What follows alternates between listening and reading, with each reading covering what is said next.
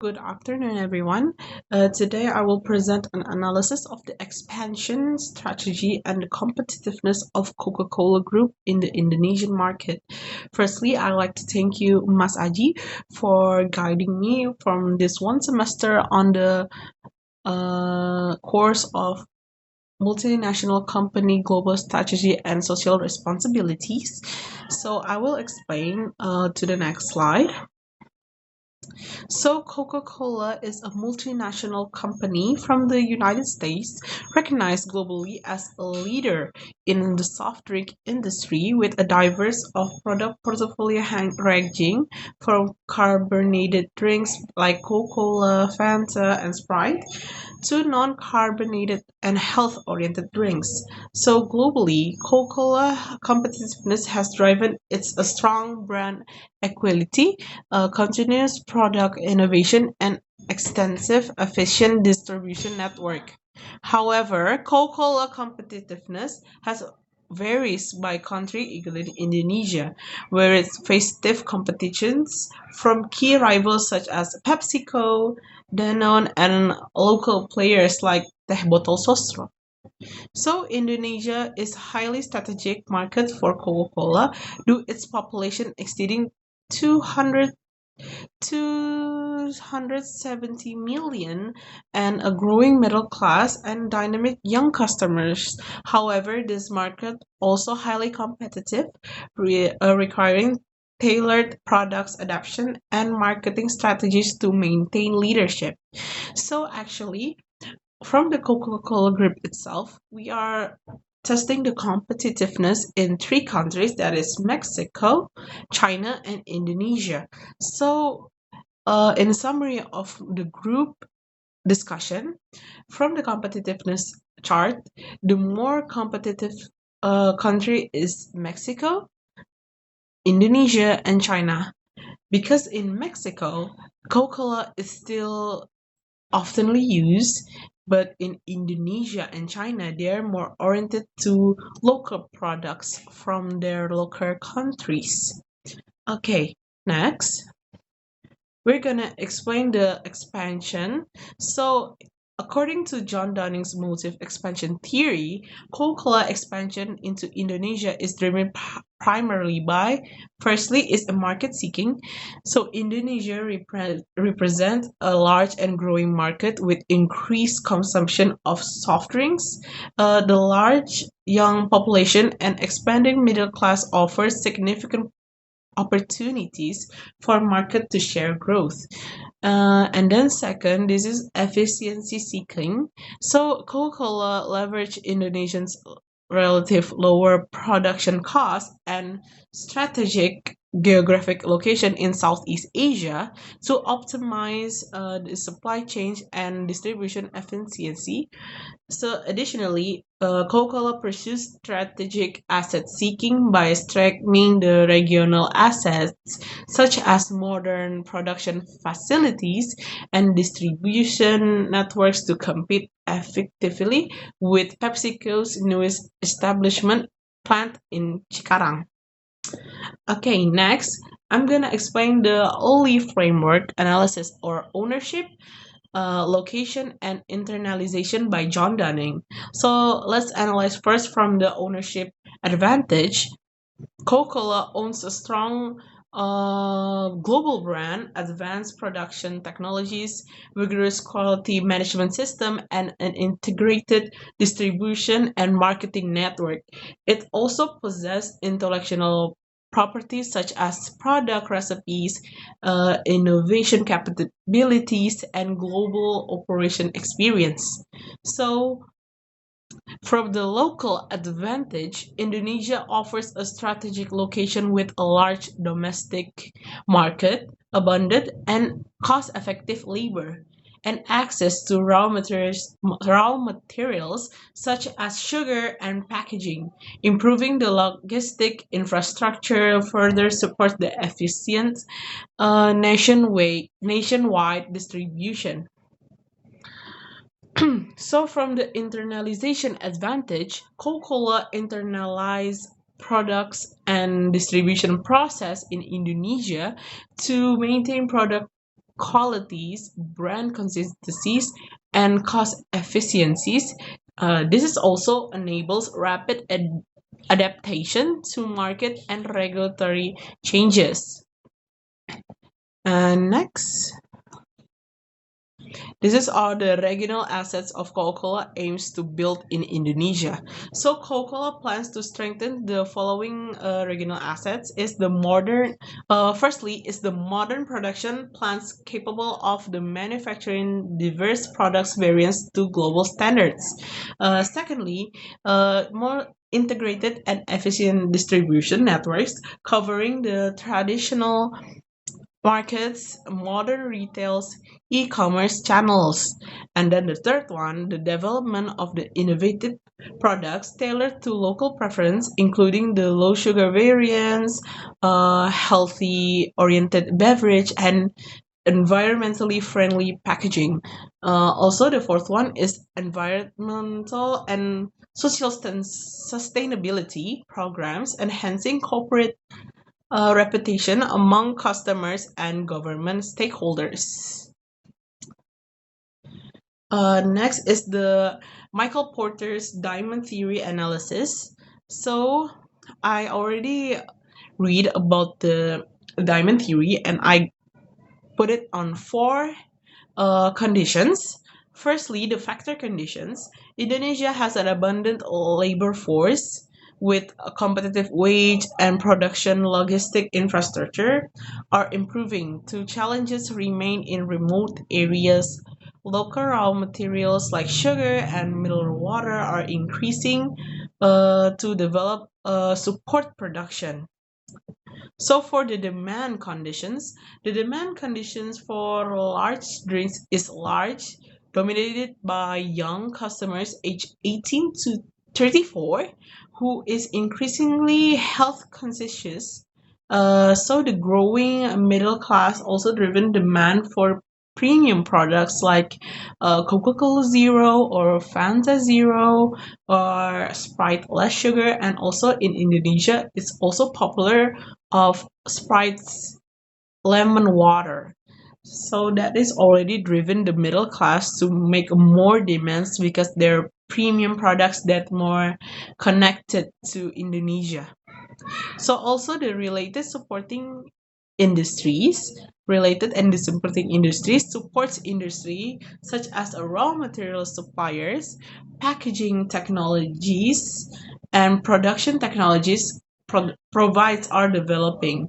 Strong local distribution networks and expanding more retail sectors support market reach so that Coca-Cola can have a larger market in Indonesia and have a great flow of market structures in Indonesia. So, from the firm strategy and structural and rivalry, the soft drink industry in Indonesia highly competitive, especially between Coca-Cola and PepsiCo. But for more like the health related drinks for like water or like tea from Coca-Cola Group is more of a rivalry competitive with the local brands like Teh Botol Sosro. Product innovation, adaptive marketing strategies, and operational efficiencies are critical success factors because of the more rivalry makes it of high of more demand from the Indonesians. So next we have the Michael Porter's five forces analysis to the competition for Coca-Cola in Indonesia.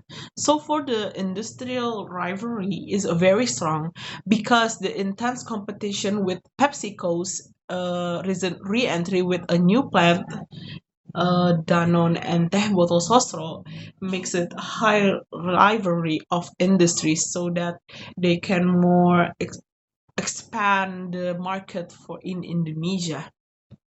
So, from the threat of substitutes is strong because numerous alternative, including non-carbonated drinks, traditional beverage, and healthy drinks from the competitors is high because we all know that Teh Botol Sosro is already flowing in Indonesia for years and everyone still drinks them and cannot be replaced because everyone thought that it's more healthy than Coca-Cola, even though teh bottle saucer is not too healthy for you guys because it's also have a lot contains of sugar.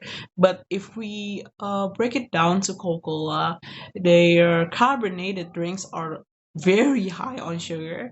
That's why they make the Coca-Cola Zero and other other drinks that includes less sugar to see that markets can enjoy Coca-Cola with a more healthy way. So for the threat of new entrants is moderate because high entry barriers exist, but Indonesia's large market remains attractive to new players because Indonesian market likes to taste new products, but Coca-Cola still has their high value of name brands, so they are still exist in Indonesia and still have a great market in Indonesia.